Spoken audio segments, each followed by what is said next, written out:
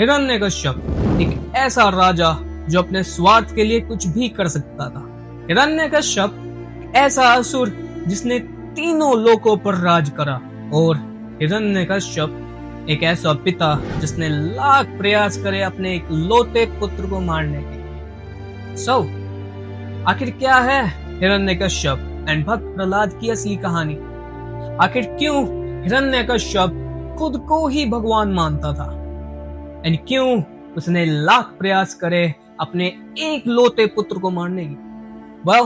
राधे राधे दोस्तों, my name is Sohail and आप देख रहे हैं मिथ भारत। एंड आज की इस वीडियो में मैं आपको हिरण्यकश्यप एंड भक्त प्रहलाद के बारे में सब कुछ बताने वाला हूं, क्योंकि यहाँ पे मिथ नहीं, हमारा इतिहास बोलता है। एक दिन भगवान विष्णु मां लक्ष्मी के साथ वैकुंठ में आराम कर रहे थे, और उस दिन भगवान विष्णु से मिलने वैकुंठ में कुछ ऋषि आए। उन ऋषियों को वैकुंठ के द्वारपालों ने रोक दिया। उनको लगा कि ये ऋषि नहीं, छोटे बच्चे हैं, क्योंकि वो ऋषि दिखने में एकदम बच्चे जैसे थे। उन द्वारपालों ने उन ऋषियों का मजाक उड़ाया, उन्हें बिल्कुल अंदर नहीं जाने दिया। इस बात से सारे ऋषि नाराज हो गए, उनको क्रोध आ गया। तो ऋषियों ने उन द्वारपालों को श्राप दे दिया, जाओ, तुम्हें वैकुंठ बड़ा प्यारा है ना, आज के बाद तुम कभी वैकुंठ में वापस नहीं आ पाओगे। तुम पूरी उम्र मृत्यु लोक में बार बार जन्म लोगे, तुम्हारी मुक्ति कभी नहीं होगी। इस श्राप को सुन के वो द्वारपाल डर गए, रोने लगे, ऋषियों के चरणों में गिर गए। उतने में भगवान विष्णु वहां प्रकट हो गए, एंड भगवान विष्णु ने ऋषियों से रिक्वेस्ट करी कि इन द्वारपालों को क्षमा कर दो। एंड आप सभी को पता है कि ऋषियों का मन बहुत ज्यादा दयालु होता है। उन ऋषियों को उन द्वारपालों पर दया आ गई। तो अब सभी को यह भी पता है कि दिया हुआ श्राप एंड दिया हुआ वरदान कभी वापस नहीं हो सकता। तो इस चीज का समाधान निकालते हुए उन ऋषियों ने उस श्राप को बदला एंड द्वारपालों को 2 ऑप्शन दिए। पहला कि तुम 10 जन्म लेके भगवान विष्णु की अपार भक्ति करोगे एंड तब जाके तुम्हें वैकुंठ वापस मिलेगा। दूसरा, तुम 3 जन्म लोगे मृत्यु लोक में, बट भगवान विष्णु से बिल्कुल नफरत करोगे एंड उन जन्मों में तुम्हारी मृत्यु भगवान विष्णु के अवतारों से हुई। द्वारपालों ने सोचा, एंड ऑफ कोर्स उनको ज्यादा टाइम भगवान विष्णु से दूर नहीं रहना था, वैकुंठ से दूर नहीं रहना था, इसलिए उन्होंने सेकंड ऑप्शन चूज करा। उन्होंने चूज करा कि हम धरती पे रहेंगे, भगवान विष्णु के हाथों से मरेंगे, फिर वैकुंठ आएंगे। अब यहां से असली कहानी की शुरुआत होती है। उन 2 द्वारपालों में से एक द्वारपाल हिरण्यकश्यप था, उन द्वारपालों का पहला जन्म। अब हिरण्यकश्यप के भाई की मृत्यु भगवान विष्णु ने बड़ा अवतार लेके ऑलरेडी कर दी थी। इसी बात से हिरण्यकश्यप बहुत ज्यादा भगवान विष्णु से हेट करने लगा, इतना कि वो चाहता था कि भगवान विष्णु को वध कर दे। उसने भगवान विष्णु का वध करने के लिए भगवान ब्रह्मा की तपस्या करी। लाखों सालों तक तपस्या करने के बाद उसने भगवान ब्रह्मा से वरदान मांगा कि मैं अमर हो जाऊं, मुझे कोई ना मार पाए। बट ऑफ कोर्स ये तो पॉसिबल है ही नहीं। तो उसने बड़ी चालाकी दिखा के भगवान ब्रह्मा से एक ऐसा वरदान मांगा, मुझे कोई भी मनुष्य, पशु, ना बाहर, ना अंदर, ना दिन में, ना रात में, कोई ना मार पाए। भगवान ब्रह्मा ने उसे यह वरदान दे दिया। इस पूरे टाइम में जब तक हिरण्यकश्यप अपनी तपस्या कर रहा था, उसकी पत्नी के पेट में भक्त प्रहलाद थे। हिरण्यकश्यप की पत्नी ने भक्त प्रहलाद को अपनी पेट में कई सालों तक रखा। जब तक हिरण्यकश्यप अपना वरदान लेके वापस आया, भक्त प्रहलाद ऑलरेडी 5 साल के हो गए थे। भक्त प्रहलाद को पहली बार देख के हिरण्यकश्यप बड़ा खुश हुआ। भक्त प्रहलाद को गोदी में ले लिया, उससे लाड़ लड़ाया, प्यार करा। पर भक्त प्रहलाद को यह पता था कि हिरण्यकश्यप भगवान विष्णु से बहुत ज्यादा नफरत करता है। एंड आप सभी को पता है भक्त प्रहलाद भगवान विष्णु से बहुत ज्यादा प्यार करते हैं।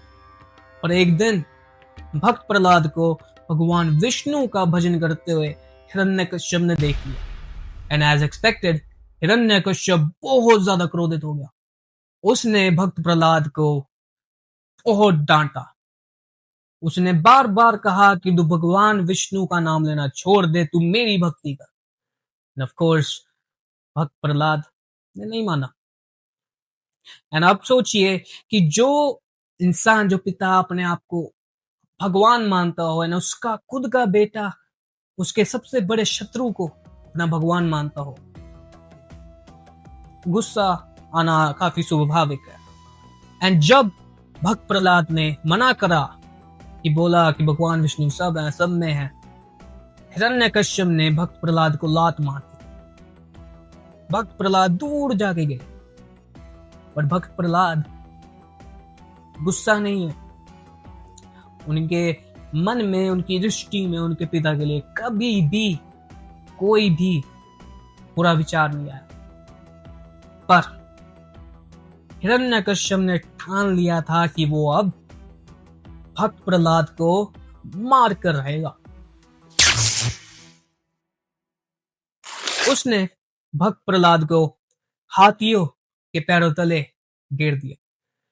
बट हाथियों ने भक्त प्रहलाद को कुचलने की जगह उनको नमन करा। भक्त प्रहलाद को हिरण्यकश्यप ने धक्का मार के एक बड़े पहाड़ से गिरा दिया। वहां पे भी वो बच गए। हिरण्यकश्यप ने भक्त प्रहलाद को सांपों के बीच में छोड़ दिया, जहरीले सांपों के बीच में। और वहां पे भी सांपों ने उन्हें कुछ नहीं करा।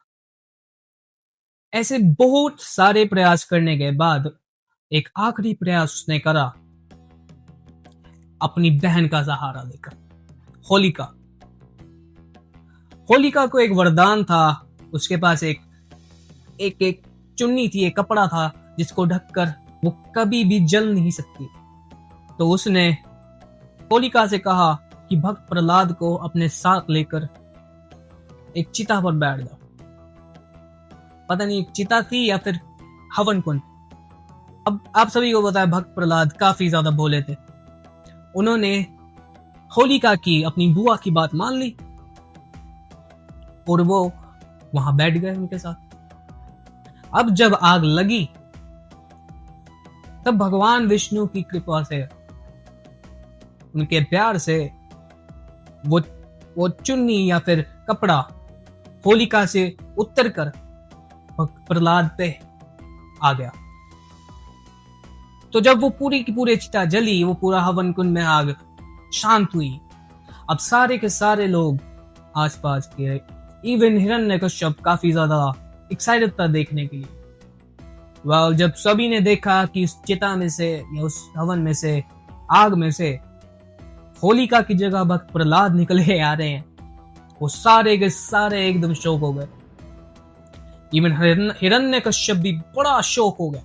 एंड दोस्तों, आज के समय में जो हम होलिका दहन करते हैं वो हम इसीलिए करते हैं, इसी कहानी से करते हैं, इसी हमारे इतिहास से करते हैं। और जो हम होली बनाते हैं वो इसलिए बनाते हैं कि जब भक्त प्रहलाद को बाहर निकलते देख सारे लोग शौक हुए, बट वो खुश भी हुए।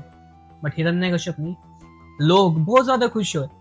उस खुशी में उन लोगों ने भक्त प्रहलाद को रंग लगाया, उनके साथ होली खेली, उनके ऊपर फूल बरसाए।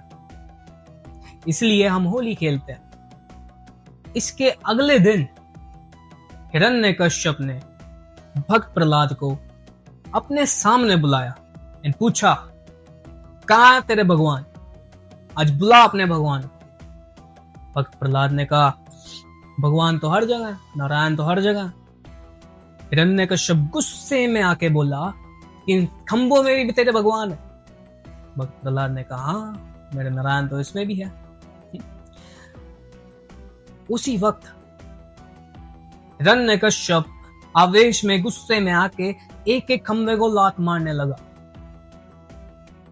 तभी एक खंबे में से भगवान नारायण का चौथा अवतार नरसिंह भगवान निकल कर आए, प्रकट हो गए।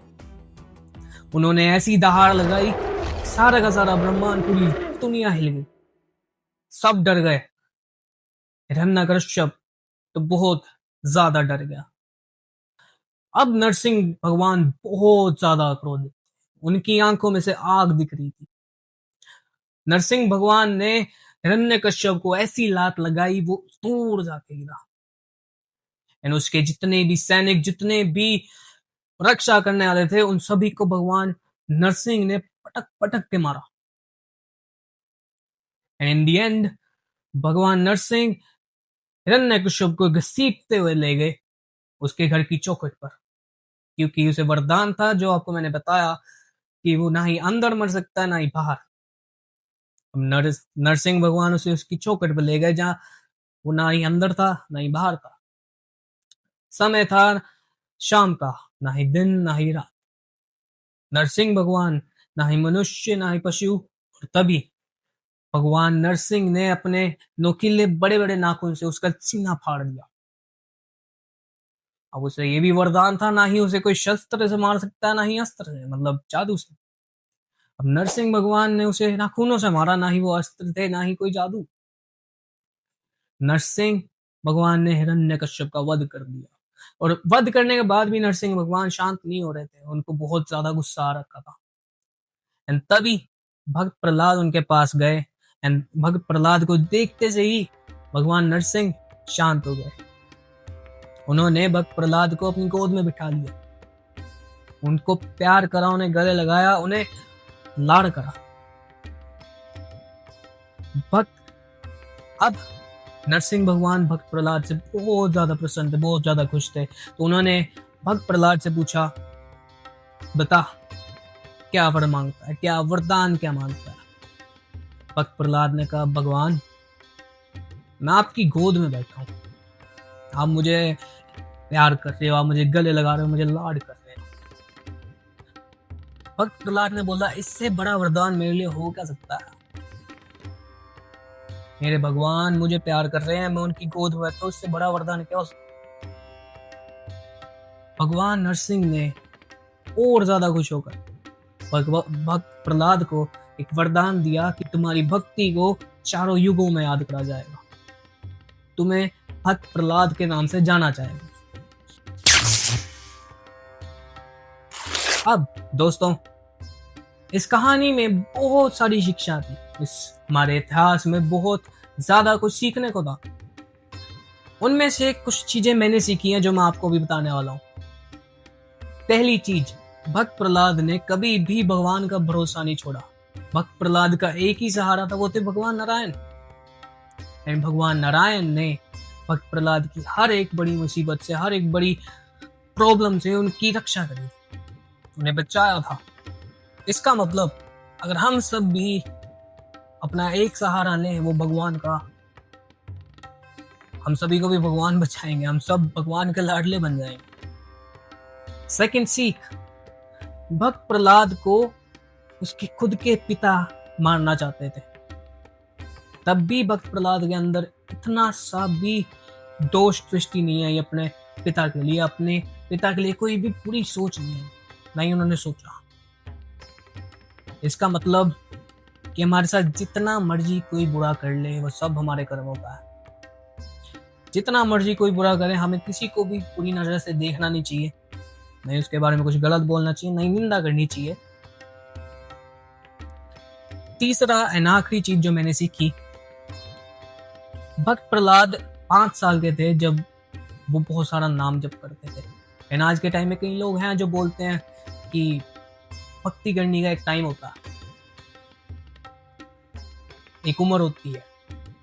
वेल, ये कहानी हमें सिखाती है कि भक्ति करने की, भगवान का नाम लेने की कोई उम्र नहीं होती। भक्त प्रहलाद 5 साल के थे जब वो भगवान का नाम लिया करते थे, और उससे पहले भी लिया करते थे। बस फर्क ये था, उस टाइम पे जो हिरण्यकश्यप था वो तपस्या में लगा हुआ था, अब ना ही भक्त प्रहलाद कोई पूजा करते थे, ना ही कोई पाठ करते थे, वो सिर्फ नाम जप करते थे। इसका मतलब नाम जप करने से सब कुछ मिल जाता है, जब भगवान मिल जाते हैं और क्या चाहिए। सो गाइस, ये थी मेरी आज की वीडियो, ये थी आज की पूरी कहानी, तुम्हारा इतिहास। आई होप आपको अच्छा लगा होगा। अगर मेरे से कोई भी गलती हुई हो वीडियो को बनाने में, कोई भी थोड़ा बहुत इधर उधर हुआ हो कोई फैक्ट्स में या फिर पूरी कहानी में, उसके लिए मुझे क्षमा करना। मेरी पहली वीडियो है एंड ऐसी ऐसी वीडियोस मैं आगे और लाता रहूँगा। दोस्तों, अगर आपको ये वीडियो अच्छी लगी तो लाइक कर दो, चैनल को कर दो सब्सक्राइब एंड कमेंट में अपना ओपिनियन एंड भगवान का नाम लिख के जरूर जाना। Radhe Radhe guys, my name is Sohail and you were watching myth Bharat, जहां पर मिथ नहीं इतिहास बोलता है। राधे राधे।